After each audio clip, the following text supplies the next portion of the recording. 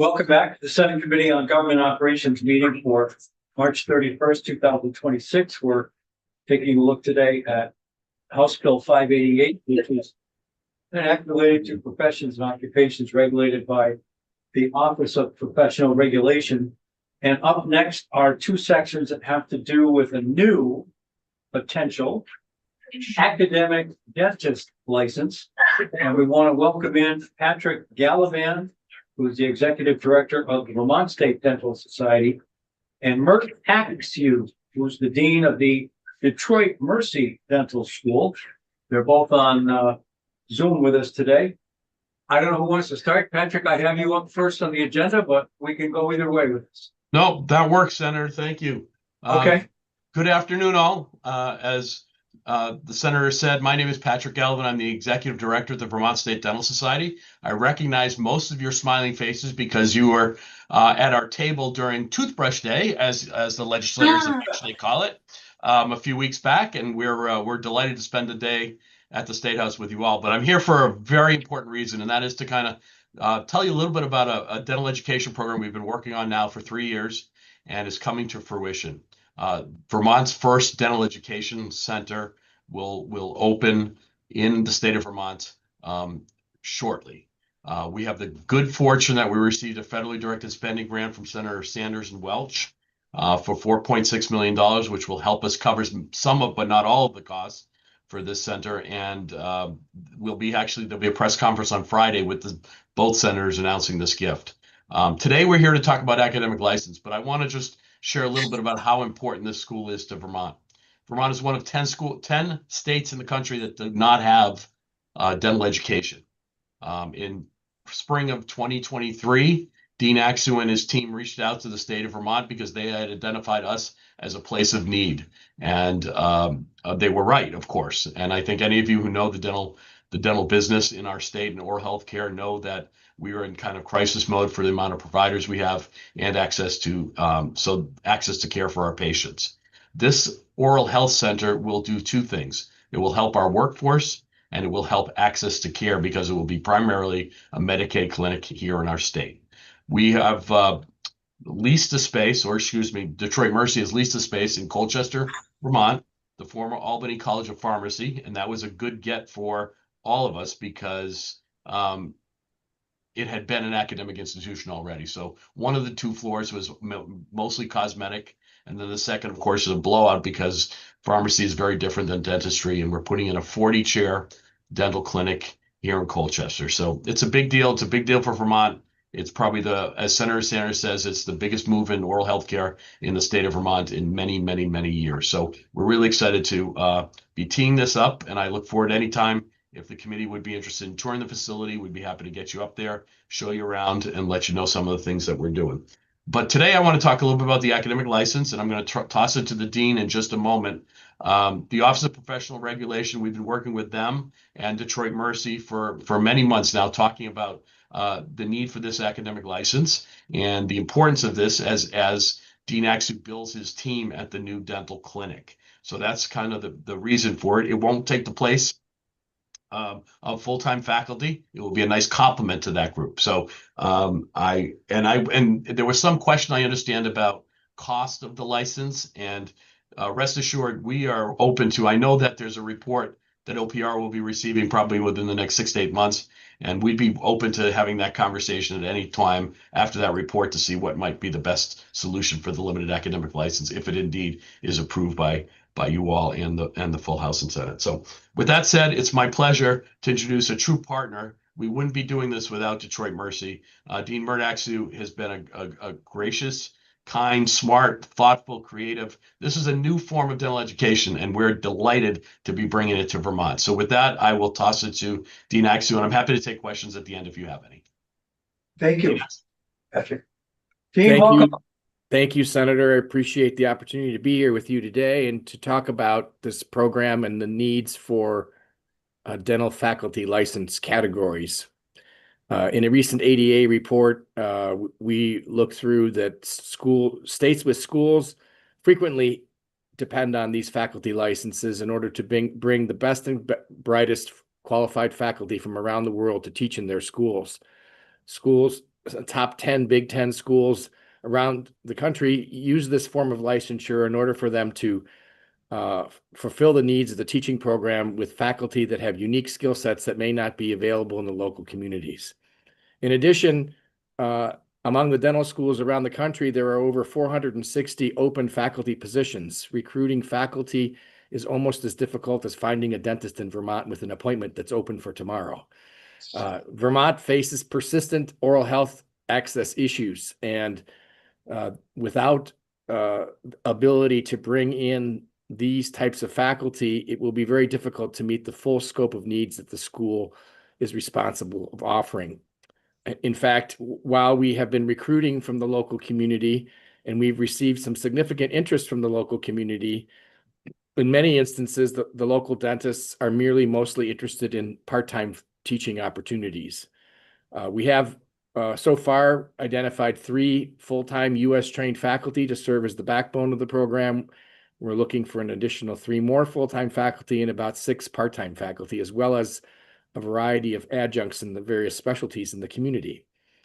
Vermont already has a dentist shortage, and taking these dentists out of circulation and pulling them out of private practice would be doing the state a disservice.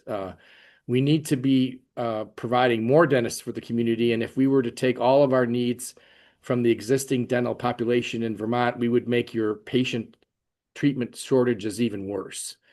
In addition, serving as a faculty often requires full specialized skills, either advanced training in the various dental specialties and or previous teaching experience. And not all practicing dentists want or prepared to serve in academic roles, especially with today's students and the demanding needs of today's Generation Xers and millennials. We know that the faculty license works here in Michigan. We have the limited academic teaching license available to us. Again, those positions generally supplement our full-time unrestricted licensed faculty. They work under the general supervision of a fully licensed faculty, and they're subject to annual renewal here in Michigan. What do the limited licensed faculty holders do? Well, they provide direct patient care as part of the teaching clinic program. They precept and supervise student care in the various procedures of dentistry, including restorations, extractions, root canals, crowns, dentures, partials, and periodontal procedures. All of the care, of course, is provided in a supervised academic environment, and the care is directly provided by students. They work under the general supervision of a licensed Vermont dentist. The licensed Vermont dentist is typically responsible for day-to-day oversight, monitoring the credentials of the faculty member, and assuring that the scope of practice is limited to the expertise of the faculty member providing care. The faculty license recipients cannot open a private practice, and they cannot work outside the educational program. Our responsibility, both to you as license issuers, the issuers of the license, and our responsibility to the Commission on Dental Accreditation, which is our accrediting agency, is to ensure that these individuals are appropriately qualified and credentialed for the procedures that they will be working with students on and supervising care for, and that there's an ongoing annual evaluation process. And as part of our code accreditation process, we are also required to provide peer review and quality assurance oversight measures for all of the operations under our purview. And I appreciate the opportunity to be here and answer any questions. I will turn it back to you, Senator. Okay, I think we have a question from Senator Bielowski. Absolutely, thank you. Are these folks that are getting this limited license here in Vermont fully licensed somewhere else? Not necessarily, no. Some of them may be limited license holders only. Some of them may have a license in another state. I have a retired Air Force individual who has a license in another state but never got Michigan licensed. Okay. So they might have a full license somewhere else, but they also might not. Correct. Thanks. And if I were a student coming in, how long is the course, if you will? I'm being taught by someone who's now got a license to teach me dentistry. How long before I'm able to say I'm a dentist? So the study of dentistry requires 4 years of study. The first 2 years will be here in Detroit. They learn clinical procedures in simulated environments. And once they pass the first 2 years and are appropriately credentialed with a comprehensive clinical skills assessment, they will then matriculate into the 3rd year, where they will be joining the Vermont cohort. There will be 30 students assigned to Vermont. And after the 4th year, upon appropriate completion of their academic requirements, they will be granted the degree of Doctor of Dental Surgery. I will say that the clinical teaching program for dentists is team-based teaching. In other words, the student's sole experience is not with any one particular dentist. There's typically a team of 5 or 6 dentists who work together to supervise the 30 students simultaneously. So you may have a team that'll have 1 or 2 internationally trained dentists along with 3 or 4 US trained dentists. And I know Patrick mentioned there'd be 40 chairs in Colchester. So in that 3rd and 4th year, are those, I guess they're still students at that point, but are they able to actually see patients in that facility in Colchester?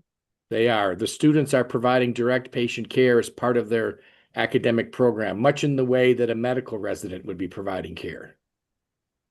Boy, and we've never had one. I always thought for some reason there was something up at UVM. I thought Vermont Tech had a program. They have a dental hygiene program Yeah. that currently provides oral health workforce as dental hygienists. Yeah. The other thing I would just jump in and mention is we're probably looking at 4 or 5 maybe of these limited academic licenses. It's not going to be the primary way to hire faculty at the institution. So that's another thing. And I'll tell you that I had the opportunity to welcome the first cohort in September.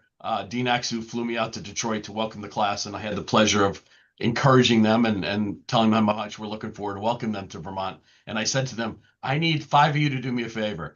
I need you to either fall in love with the state of Vermont or somebody in the state of Vermont and make Vermont your professional home. So that's the goal. Conservative, if we can get 4 or 5 from each class, it's a real win for workforce, and it's a real win for access to care. So we're very excited about this. I have to agree with Senator Sanders. This is a really critical, important piece of our healthcare, and too often overlooked, I think. So I'm a student. I'm interested. Is it up to me to pay for my flight or train or drive out to Detroit and stay there while I'm being educated? So it's just like going away to college. You know, your kid goes off to college and they spend 2 years here full time. Okay. And then they're going to relocate to Vermont for years 3 and 4. We're already been in conversations with St. Michael's University. In fact, we just had a lunch. We had a St. Michael's housing staffer here today meeting with our students to talk with them about housing in Vermont. I note also on, I think it's page 13, that they have to have some knowledge, maybe a lot of knowledge, in cardiopulmonary resuscitation. I didn't realize, I think it's an important skill to know, but I didn't realize that was part of maybe going to the dentist. I don't know whether it's out of fear or just something happens and you may need some attention, and it's a good thing to know how to do it. That's the standard of care for dentistry includes the ability to respond to basic medical emergencies. So if as a patient you were to experience a medical emergency, the dentists and the dental students are prepared to meet those needs.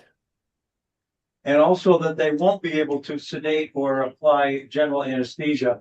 So I'm trying to remember, I do go to the dentist on occasion. I get a Novocaine shot, which is not the same thing as being sedated, obviously, but I'm trying to think. At some point, I'm sure I had teeth pulled. What are those things in the way in the back? Oh, your wisdom teeth. Wisdom teeth. And I was put out for that. I know that. So who does that when you go to the dentist if the students won't be able to do any of that? So it would be typically a trained oral surgeon.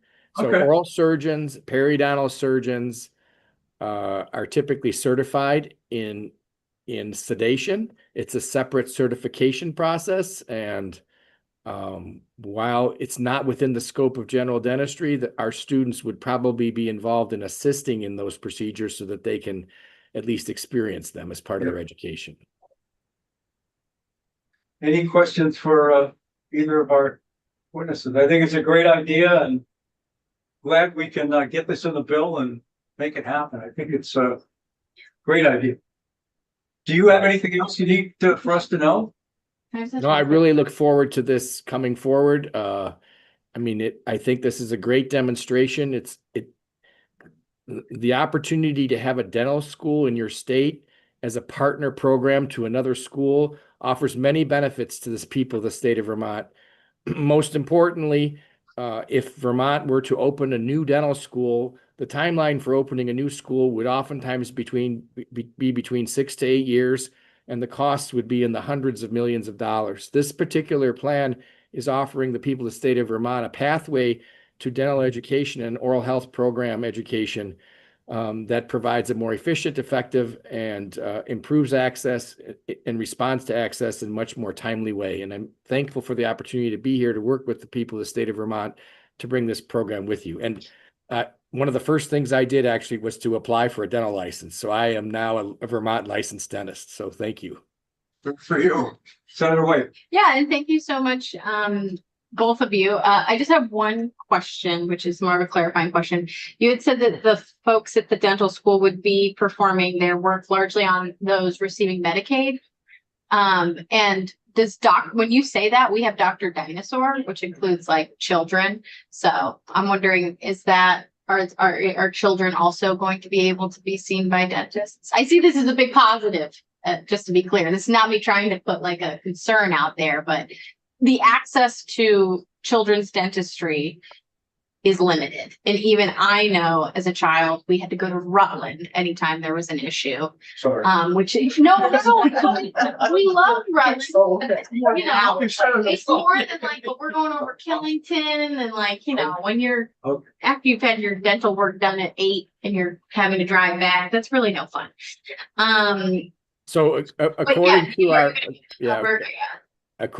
our accreditation requirements, we're required to provide our students clinical educational experience within the entire scope of the ages of life. So the students will have exposure generally from anywhere from age 2 on up. And we have also begun conversations with BiState, which is the organization of FQHCs and community health centers.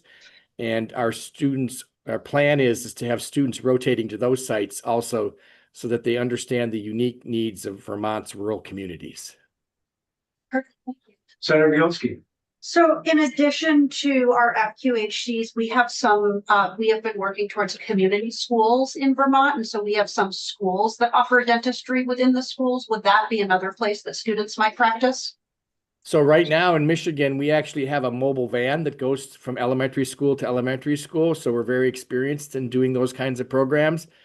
I would say that the answer to that question is that all of those programs offer great experiences to our students. We just need to find the preceptors and supervisors to be able to manage those programs. And this type of a license will allow us to offer more of those kinds of programs. And so, the answer is yes. And a lot of times it's dependent upon the human resource elements and the availability of preceptors to supervise the students when they go out on these programs. So in the morning, I sit in Senate Agriculture, and we still, I think, although maybe it's on hiatus for a moment, we have a program called 2+2, where a student will go to, at the time it was Vermont Technical College for a couple of years, study agriculture, and then go to UVM for the final 2 years, thereby calling it 2+2. Is this model that you're setting up unique to Vermont and Detroit, or have you done this before? Are there other sort of partnerships going on?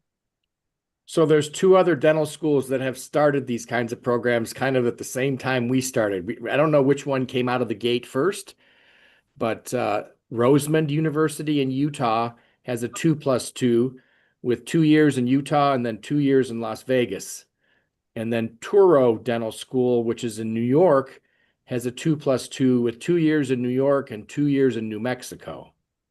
Now, Las Vegas is a pretty crowded city as far as dental schools go, but New Mexico also does not have a dental school, and they're looking to do the same thing that we're doing. And so their students might be a year ahead of ours in the mix, though. Okay. Well, I think we have better weather than Las Vegas, certainly. Maybe not Utah, but it doesn't get us warm here. Right. Okay. Any other questions for either? No? We're going to be having a media event this weekend at the property. If any of you are interested in joining, keep your ears open. Patrick can give you some information about when that would be occurring. Senator Saunders' office has not announced the exact time yet, but we'll be in Vermont announcing the congressionally directed spending, making a public announcement about that support. Okay. Thank you both for your patience and your hard work with this, and hopefully everything goes well. Take care and thank for your you. support. Okay, that's exciting. I think that's one of my favorite provisions in the bill so far. We have at 2:00, so we're right on time. The next section, which I'm not sure what section number it is, but it's the massage therapy, folks. And we have 3 folks scheduled to testify. And 2 are here, 2 on Zoom. Okay, I'm not sure about Kristen, she's here in person, okay. and Heather is on a time crunch situation. Okay. So, welcome in to everybody. This is the Senate Committee on Government Operations, and we're taking testimony today on House Bill 588, which is come over from the other body, and we're considering each section, and we're happy to have you join us today. Heather Chadwick is the manager therapist or massage therapist from the Vermont chapter of the American Massage Therapy Association. And I understand you have time constraints, so we'll welcome you in, Heather. You can go first. Excellent. Thank you. I appreciate the time you guys are giving us today. Like the chair said, my name is Heather Chadwick. I'm the president of the Vermont chapter of the American Massage Therapy Association. I'm a board certified massage therapist through the National Certification Board for Therapeutic Massage and Bodywork, who's been practicing for almost 20 years and is currently running my own business. I am going to speak to the need for massage therapy licensure as part of the continuum of care in the world of healthcare. There are others from law enforcement and the prosecution community who are interested in testifying and are more well-versed in criminal justice than I am, so I'll leave it to them. There is no question in my mind that the state of Vermont needs to license, not register massage therapists and massage therapy establishments. Vermonters are increasingly seeking massage therapy for healthcare reasons. They're coming to our practices with a variety of complex health conditions and traumas. They often turn to us as muscle specialists who help them when others' methods seem too invasive or when other medical treatments have failed. It is imperative for massage therapists to be educated in massage, to learn the skills to practice massage safely, and the contraindications as to not harm clients. It is essential for the health and safety of Vermonters. Massage therapists work alongside physicians, physical therapists, chiropractors, acupuncturists, and other healthcare professionals. Some of us work in hospitals, and some work with children. We are seen as part of one's healthcare team, yet all the other qualified professionals in the team are licensed, but not massage therapists. Vermont's current massage registration requires zero regulation or requirement of professionalism for our industry. Yes, OPR has investigated some horrible cases, but they wait until bad things happen rather than to get ahead of the situation by requiring standards for how we practice massage therapy in the state. And that also begs the question, how many bad things have to happen before it is determined that there is a danger to the public? How many people have to get hurt before OPR can see that they should license massage therapists? How many trafficking cases do we have to have in Vermont before we can say enough is enough? Do we wait until someone is seriously hurt because someone who simply calls themselves a massage therapist but has no education or training hurt someone because they have no clue what they are doing. Vermonters deserve better. They should be protected by the state entity that is charged with ensuring that professionals meet state requirements. There must be a standard of education, training, liability, insurance, background checks, and ethics before someone can call themselves a massage therapist. Let me leave you with these questions. Would you want your massage therapist to be licensed, educated, trained, have liability insurance, pass a background check? Do you believe licensure will protect the public? I hope you can join me in answering yes. And if I just may add a quick example, I have a client who's given me permission to testify about her. She's had severe complications from a spinal tap last year.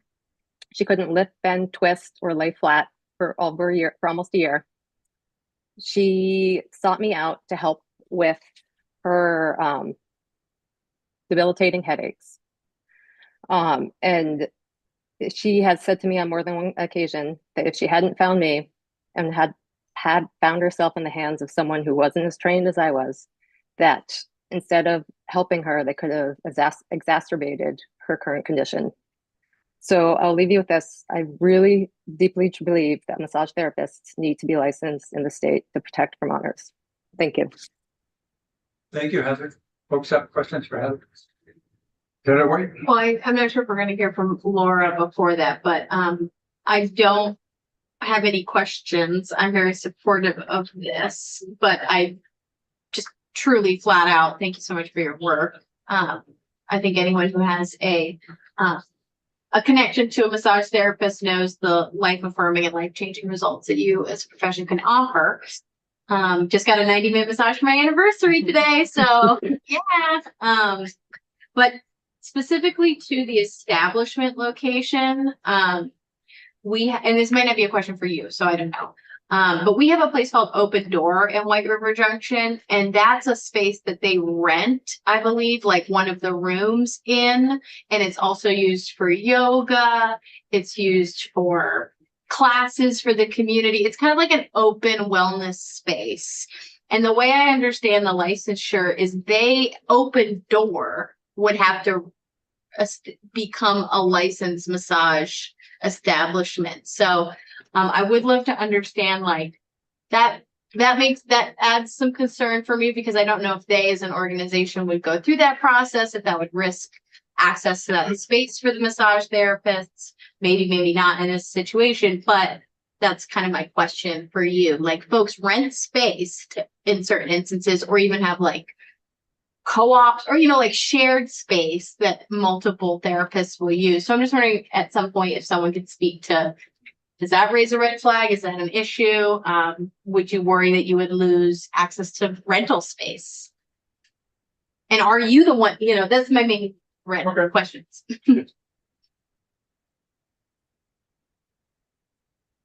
Okay, I guess, I don't know if you have any answers to that one. Heather. go ahead, Heather. Oh, okay. So sorry, I didn't realize. Okay. So from my understanding of the current bill with the registration of massage establishments, and Gail or someone else in the room can correct me if I'm wrong, that there needs to be 2 or more registered massage therapists working out of a space for the place to have to register as a massage establishment.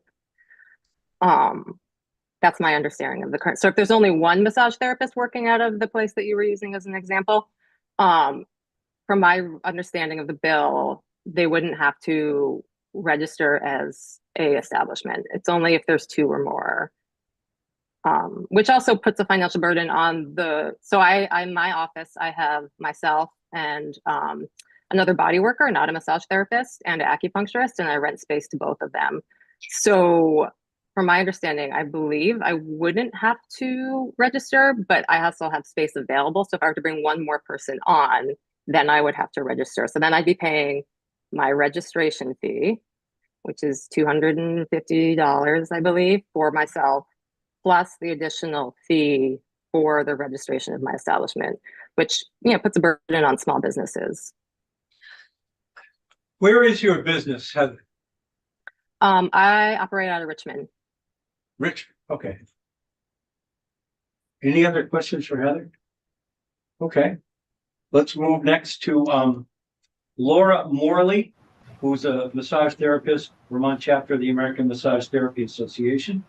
Welcome, and what would you like us to know? Thank you so much for having me today.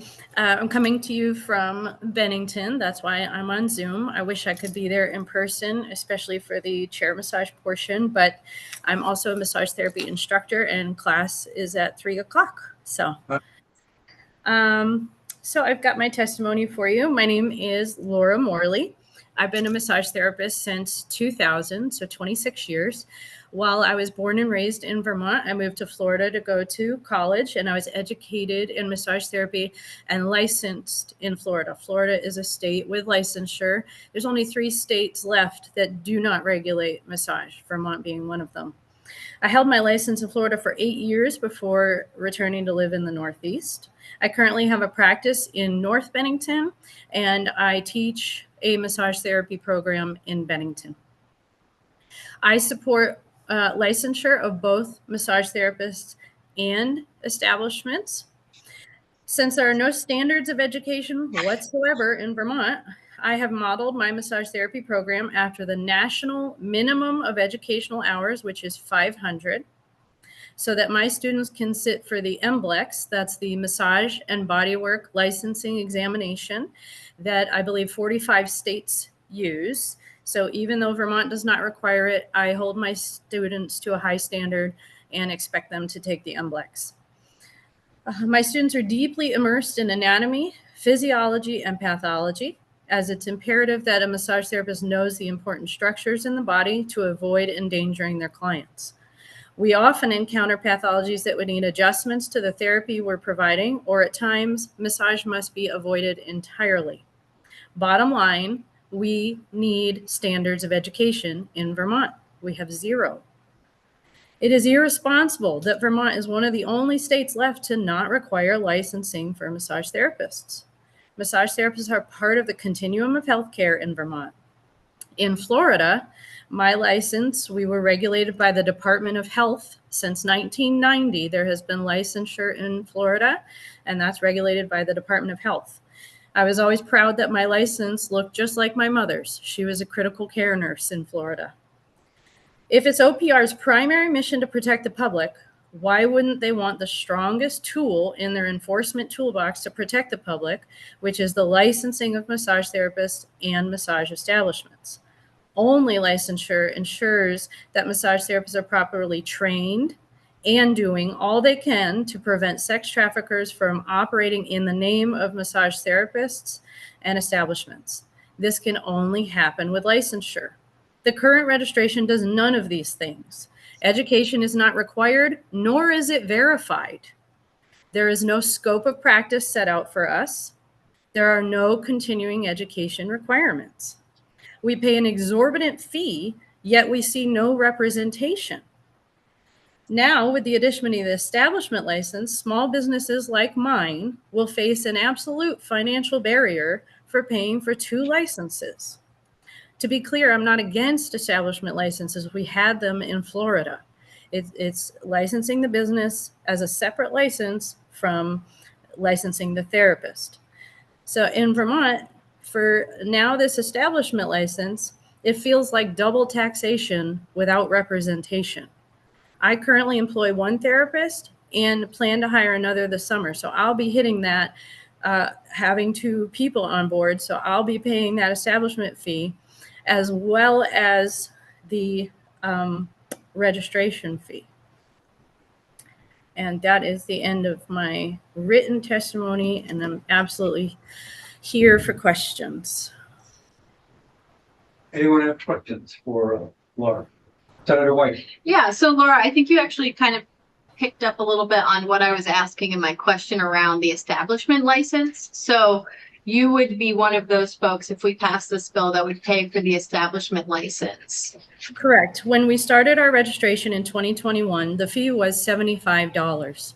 In 2023, that was raised to $240. And it's really not explained to us what that money is doing, because you're not licensing us or protecting the public. Later in 2023, we received an email saying due to inflation, that fee was again going up. It is now $275 for nothing. If there is a board, and I believe there is supposed to be one, we are not told about meetings. We are not given fair representation. And again, all that registration is me going, hi, my name is Laura. I'm a massage therapist. Here's a bunch of money. They put my name on a list. They did not verify my education. They did not establish a scope of practice. I'm a healthcare provider. I need a scope of practice telling me what I legally can and cannot do with a client. And they have set no continuing education requirements so that you are staying on top of your education because you're a healthcare provider. All of those things are normal in a licensed state. Any other questions for Laura? I can talk anatomy. I've got the muscle of the day on the board for when my students come in. I think you're off the hook. I could talk all day about this, guys. I'm happy to. I wish I was there in person with you. Thank you so much for allowing me to be a part of this. I really appreciate it. It's a big passion of mine. I'd love to see Vermont get on the board finally. I guess I'll ask you a question. New York, Mass, and New Hampshire, where are they with respect to? Every state around us is licensed. New Hampshire requires 750 hours. Massachusetts requires 650 hours. And New York requires 1,000 hours. We are an island. So if anybody wants to go, oh, cool, that state's not licensed, let me move there. They literally, someone could set up shop any day. I've told my students with that, you don't have to be here. Vermont's not requiring you to be here. You could go practice massage today, but they're thrilled to be here even on exam day. Okay. Thank you very much, Laura. Thank you so much. Christine, is it Hoover. Hoover? Yeah. And you are also a member of the American Massage Therapy Association. The national organization. Yeah. Welcome. Hello, Christine Hoover. I work in government relations for AMTA. I'm happy to be here to speak to this issue and to represent the Vermont chapter of the AMTA. So a few years ago, the legislature decided to regulate massage therapists and other touch professionals through registration instead of licensure. We had, of course, requested licensure. I'm here to talk about why licensure is the appropriate and needed level of regulation. So the AMTA advocates for fair and consistent professional licensing in all 50 states. We promote public education on the efficacy of massage therapy, foster professional ethics and standards, and support the advancement of clinical massage therapy research. We represent more than, this number's wrong, we represent more than 108,000 members nationwide and more than 340 in Vermont. The Vermont chapter of AMTA strongly advocated for licensure in 2020. At the time, the profession was not regulated at all by the state. The legislature decided to go in the direction of registration instead of licensure, rules to be promulgated. It is worth noting that the rules, to our knowledge, have yet to be promulgated. In light as what we see as the ineffectiveness of registration to achieve the goals of professional regulation, AMTA Vermont and AMTA National continue to strongly believe that licensing is the appropriate level of regulation, joining 45 other states as well as the District of Columbia, U.S. Virgin Islands, Guam, and Puerto Rico, which all license massage therapists. Vermont remains behind the curve in licensure of a profession that is recognized by the Department of Defense and Department of Veterans Affairs as an effective treatment for chronic pain. Similarly, the Centers for Medicare and Medicaid Services has recommended in their pain benefit guidance therapeutic massage provided by state licensed massage therapists to be a supplemental benefit within the Medicare Advantage plans. Mandatory licensure is essential for public protection, as well as title protection for massage therapists.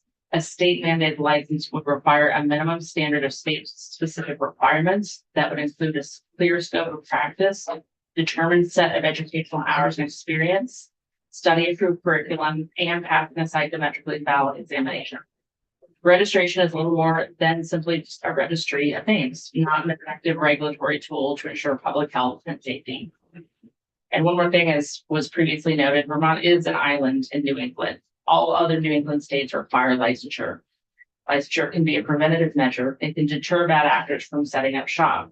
Licensure would require proof of appropriate education training, as well as passing a background check. So where do you think the bad actors will go? And I live in an unlicensed state. I live in the state of Kansas, which is completely unregulated. And I can tell you that it is truly the Wild West. Literally and figuratively. And I know that this committee is not one where fees are addressed, but I thought it might be interesting to have you note that massage therapists pay as much, or in some cases more, than other licensed professions in Vermont. And the current fees are actually on the high side nationally. It's not the most expensive, but it's definitely very expensive for something that is not really providing value to the therapists. If they want to move, no other state is going to recognize what you've done in Vermont. So it makes portability very difficult. And that, Questions for, yes.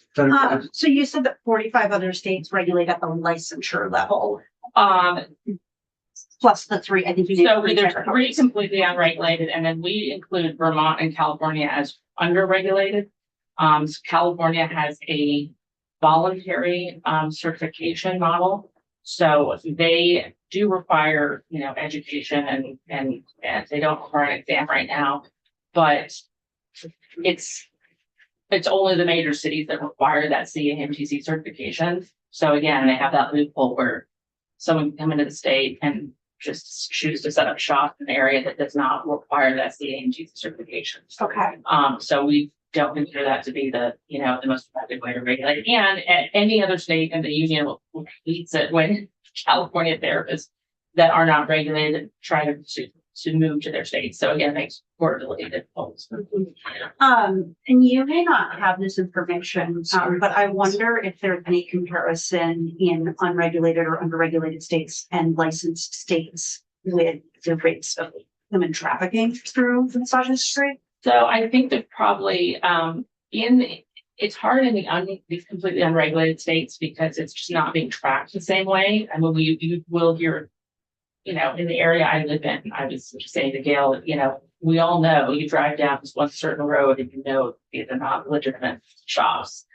So you'll occasionally hear about a bust and, they never were able to track down the owner. It's kind of just gets lost in the shuffle. But I think in states where it is, there is a board that is licensing individuals, and in states like in Tennessee, they work really hard at the establishment level, and they work with law enforcement, they work with TBI. So there's more data in the licensed states of what is going on, who is being shut down, what is happening to the victims, what is happening to the owners. Whereas in an unregulated state, it's kind of hard to say. That makes a lot of sense, and I knew it was possible that comparison may not be available. It just makes sense to me, though, if I were wanting to engage in that type of behavior, I would go to a place where it wasn't going to be regulated, because that would make it easier to do. So I just wasn't sure if there was any.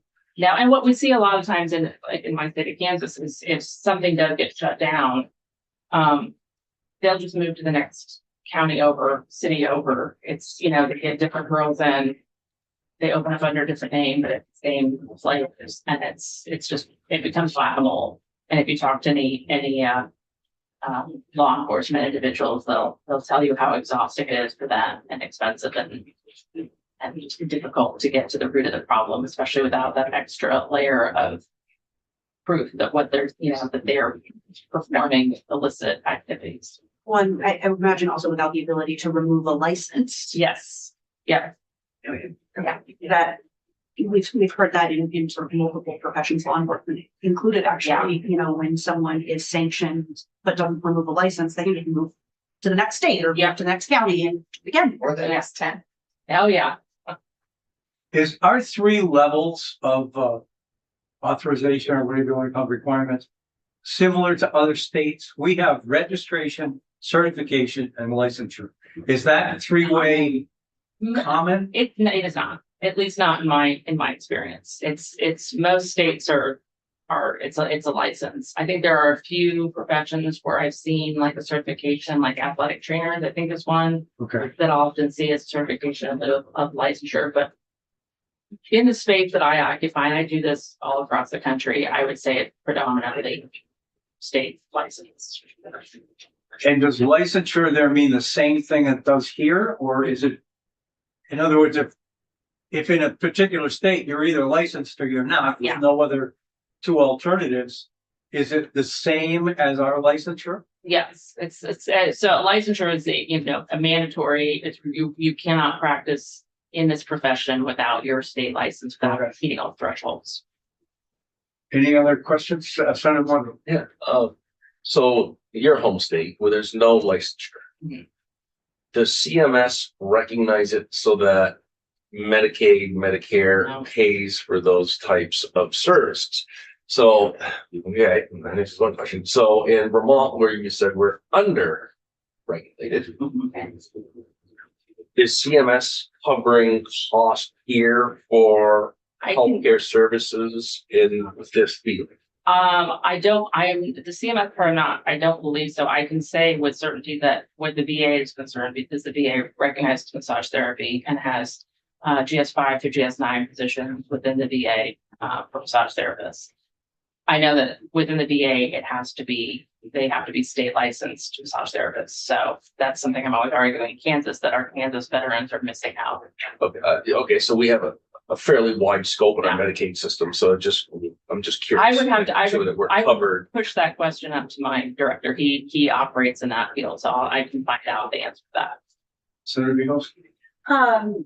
So I had sort of a similar question to Senator Morley's and to your point, if we don't have that state level licensure, that would mean that our Vermont veterans are missing out on those services. But my question, given that CMS has some regulatory capacity over hospitals, and does that also mean that Vermont hospitals can't hire massage or rehab centers? That would be a question for the hospital. Okay. I would say that just from my experience, what I've seen, hospitals tend to want that, especially in a healthcare field, you want to have that license. And then my other question was back to Senator Collimore's question around sort of the levels. So in the 45 states that have full licensure, it has education requirements, it has continuing ed requirements, all of the things that come with our sort of Vermont level of licensure. Mhm. Yes. And is there a national standard for those education and continuing ed requirements? There is, I would say there's kind of an agreed upon number. It's been a point of contention. The number the education number that gets thrown around a lot is 625. There was a study done. What was you remember the ELAB? Was that 20? I want to say 15 or somewhere in there. All of the coalition of massage therapy organizations, it's like 6 organizations got together, did a multi-year study on educational standards. There's a lot of debate as to whether the 625 is the actual hour that should be used, because I think this study itself, they determined that it wasn't even so much about an hour, it was about the content that you had to cover. So that is still very much up for debate. We are working really hard to kind of come up with a more updated standard, because we have states like New York that are 1,000-hour state. We still have states that are only at 500 hours. I am seeing more of a trend towards the 625 to 650 range, because I think most state houses, they're like, well, let's just land somewhere in the middle. 1,000 seems like a lot, 500 doesn't seem like enough. That just sort of winds up being sort of the sweet spot. And are those hours required to be taught in a certified program, or can I just decide I'm going to teach massage? And It is typically it's in the Practice Act, and then in more specifically in the rules of what is required of an educational program. And it's there's usually some language that's put in that must be approved by the board. So there's a threshold that will have to be met. So you don't want anyone to just be like, I am totally going to teach massage therapists. yeah, I certainly don't want to create a licensure scheme that requires a level of education, but then you don't have any regulation around what that education is. And it typically you will see, and this is usually in the rules, but a breakdown of how many hours of anatomy and you can speak more to the list of you need this much of ethics and so sorry, it's one of our AMTA Gotcha. peers. Well, I'm glad. Hopefully you're on the list to testify, because maybe you'll be able to answer some of these questions. And then is there any type of practical or exam or, you know, it's Yeah. one thing to sit through classes, it's another thing to put your hands on something. So the practicum portion, when did, I don't even know, 'cause I'm not a massage therapist. When do you start the hands-on portion in a program? If you could just identify. Hi, I'm sorry. Hercules Leotard, AMTA Vermont, we're board. I'm also a massage therapist here in Bridgestone. Welcome back. So, we are, we don't start doing hands-on until, well into, if the program, in most programs, if they're 650 hours and they're full-time, they're usually, you know, almost a year program. They will not get that, start doing hands-on. I mean, they do hands-on amongst themselves. When you're saying hands-on in public, a lot of them have, practicums, and as just being said, and that's usually when they hit the 600-hour mark. Okay. So they've had extensive, and then they're also insured, also, you know, all that as well.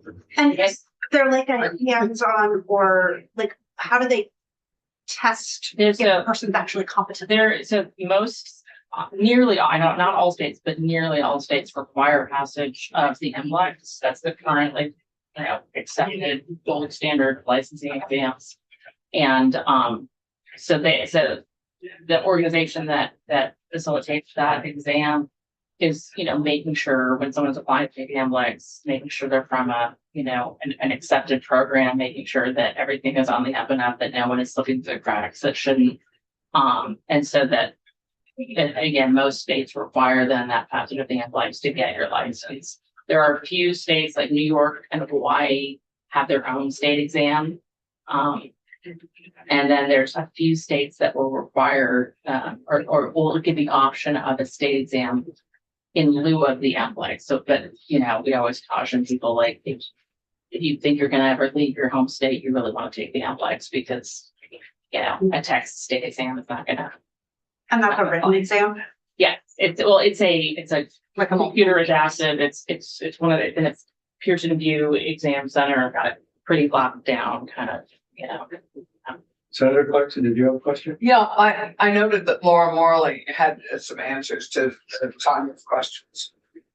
Is that correct? Yes, ma'am. I didn't want to interrupt, but being an instructor, again, I prepare my students to take the MLEX. That's the massage and bodywear licensing exam that's used by the majority of the country. In order for my students to take that exam, my school and program had to be approved and had to meet the 500-hour minimum. And they have a specific breakdown of how many hours in anatomy, physiology, pathology, ethics, yada, yada. They don't have specific hours of how many practicum need to be done.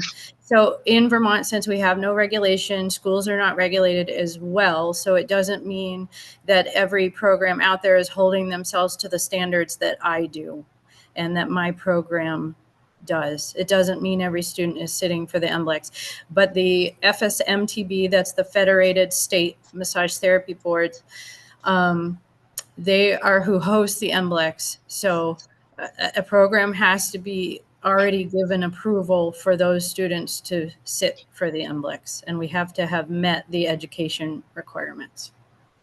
Right, and just for any that's in Laura's test. She's on. Oh, she's already up. Sorry, I apologize. We had to go present bills in other committees in the House. So I Yes, ma'am. apologize. Any other questions for Christine? Okay, thank you very much. We have both Lauren Hibbert and Jennifer Colin with us, and I'm sure this particular section will be talked about down the road. Yes. Gail Satz on behalf of AMTA Uh-huh. Vermont. I just wanted to note that the amendment that AMTA Vermont is proposing, page 588, is posted on your website under others. Okay, thank you. Thank you. We're supposed to take up the last section today on 588 having to do with speech language pathologists. And they're both together. And they're both, look at that, they just appeared on the screen. They magically appear. Nicole Lord and is it Maya Wilson? I hope. It's Mia Wilson. Mia, okay, let me correct my Pronunciation. It could be. I don't know whether either of you have time constraints, but you're welcome to go in whatever order you want.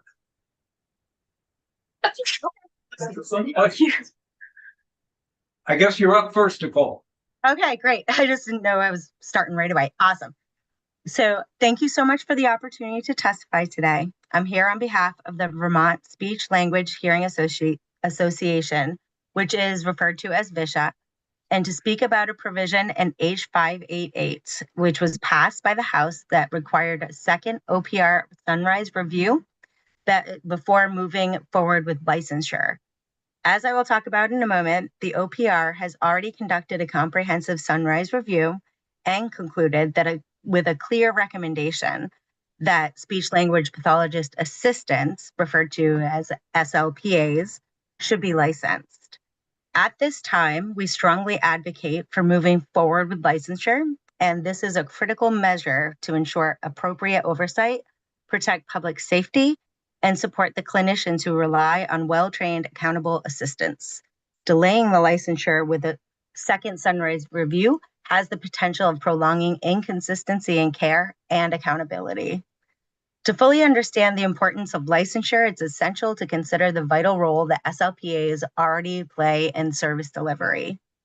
So speech language pathologist assistants, SLPAs, are highly trained professionals who provide direct therapy and essential support to licensed speech language pathologists, referred to as SLPs, working under appropriate supervision. SLPAs help implement treatment plans and allow for SLPs to manage larger caseloads more effectively and efficiently. At this time, there's actually a well-documented national shortage of SLPs. SLPAs actually play a very critical role in extending the reach of licensed clinicians, and their support enables SLPs to focus on evaluations, complete care planning, as well as complex cases. And that ensures that patients receive a timely and appropriate services. Vermont would not be entering new territory by licensing SLPAs.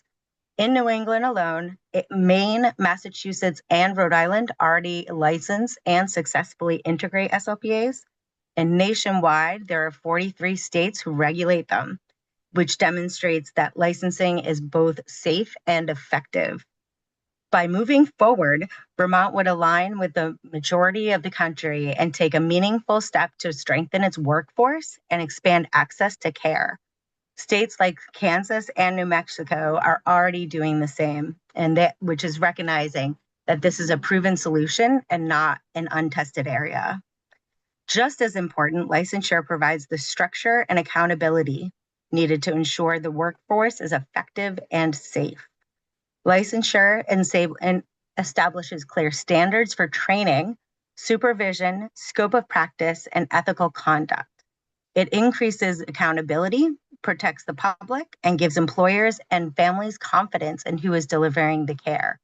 It also strengthens recruitment and retention of qualified SLPAs, and most importantly, encourages graduates from the UVM SLPA program to build their careers here in Vermont rather than leaving the state for licensure opportunities elsewhere. Vermont is facing a serious crisis in access to speech and language services, particularly in schools and rural communities. Workforce shortages mean that students wait for services or receive them less frequently than recommended. These are delays that can significantly impact communication, literacy, and learning outcomes that can potentially follow them into adulthood. For over a decade, VISHA has championed SLPA licensure for a practical, evidence-based solution to workforce challenges. Licensure will increase access to services while ensuring quality and safeguarding public safety. Importantly, this recommendation is not new. It is grounded in analysis and has already been conducted. The OPR completed the Sunrise Review on SLPAs in 2014 that was at the request of VISHA. And that 2014 report provided an analysis of risk of harm, workforce needs, and regulatory options. The OPR's recommendation of that report was to recommend licensure of SLPAs. Quoted from that report, Under the Sunrise criteria, harm to the public must be real and recognizable and preventable by regulation. The proponents of regulation have demonstrated harm or a need to protect the public if the profession remains unregulated. They have demonstrated that the public will benefit from regulation, and other legal protections and market forces are not sufficient to protect the public. Therefore, licensure is appropriate. In regards to their final findings on harm to the public, it says licensing standards would ensure that the treatment delegated to the SLPA would be within the appropriate scope of the SLPA's education, training, and experience. Regulation would also ensure that the SLP provide at least minimum level of supervision necessary to protect the public. So the need for SLPs has only grown since this report in 2014. The Department of Labor and Statistics has projected that Vermont will have a 19% increase in demand for SLPs that between 2022 and 2032. This growing shortage has real consequences, particularly in school and rural communities, where students may wait longer for services or receive them less frequently than recommended. As previously mentioned, this impacts their communication, literacy, and overall learning outcomes. Licensing highly trained SLPAs is a practical, evidence-based solution to this gap, expanding access to timely services with helping to alleviate critical provider shortages. With that in mind, I want to note that I am available to support the committee if it considers the next steps. If the committee decides to move forward with licensure without conducting a second Sunrise review, I'd be happy to include suggested statutory language in my written testimony, so to amend the section 17 of H588 that provides a practical evidence-based path forward. At the same time, H588 includes a provision that is requiring OPR to conduct the new Sunrise review. And if the committee decides to go that route, we respectfully request that both SLPs and SLPAs be included and to ensure that their expertise informs the outcome. We also ask that OPR be directed to incorporate the work already completed outlined in H588 and to avoid unnecessary duplication and delay, and to update the language as follows. I have two little spots. The first is speech language pathologists, speech language pathology assistants, and other interested stakeholders shall submit to the House that they are included. Also, we would like to have at the very end of that amendment, in doing so, OPR shall take into consideration its Sunrise report completed in 2014. Thank you very much for your consideration. Okay, before we get to Senator Clarkson's question of Holt, I'm just trying for clarity's sake to understand. Right now, SLPs are licensed, but the assistants are not. Is that correct? That is exactly correct. Okay. And there's no rules around it as of right now, which I personally think is dangerous as an SLPA. It pretty much means that anyone can be placed in that position who doesn't have training at all, and they don't understand or know their ethics or their conduct or anything like that. Okay. Yes, while the SLPs, the speech language pathologists, we are required at minimum have a master's degree. So we're all required to have a master's degree. So there's a huge gap between the SLPA, the assistants, and the SLP and what they can actually do. So it's very unregulated in Vermont right at this moment. Thank you, Manny. Senator Clarkson. So we did thank you for your work. Thank you for your SLP work. We licensed speech language pathologists in the report came out. Sunrise was in 14. Did we license them the next year in 15? When did we license? Actually, yeah, sorry to interrupt. The report was actually only for SLPAs. SLPs have always been licensed, from my understanding, nationwide. Correct. You can't practice without it. So that was basically on SLPAs. The 2014 report was for SLPA's assistants. Yes. I hate to ask the obvious, and maybe you said this and I just didn't hear it, but why the 16-year gap? Good question. We don't know. I actually joined the executive board of VISHA about 2 years ago when I moved to Vermont. And I was shocked, for one thing, that I could not get licensed. So I joined the board. And I have been since trying to go follow the trail of why this was not enacted. Because it was proven to be adequate and that it needed to happen. But it seems like the trail just got cut off. I tried really hard, but that's as far as I got. So unfortunately, I don't have a better answer as to why it didn't happen. Okay, thank you. Mia, did You're you welcome. have anything? Yes, and I also joined the board last year and realized, oh no, this actually Sunrise report, there is a wonderful Sunrise report that supports SLPAs in 2014. Why is this not enacted? We don't know, so let's enact them right now. So we are pushing it right now. So we're here right now. Okay. Senator Mihost? I'm wondering, in the places where licensure of SLPAs is required, what are the educational differences between SLPAs and SLPs? I know you, Mia, said that SLPs need a master's degree, but what's the education for SLPAs if they're properly educated to be licensed? There's two different pathways. You can get an associate's degree, which is an SLPA program. I personally have a bachelor's degree, so you can also go that route. But there's a minimum amount of education there because it's pretty complicated. It's a complicated field, and it's very difficult to walk in there and not have any training and just be teaching children one of the most important things that they could possibly learn, which is communicating in every sense. So it's the 2 year and the 4 year. And then there's also a national certification through ASHA where they also give a third option where I apologize.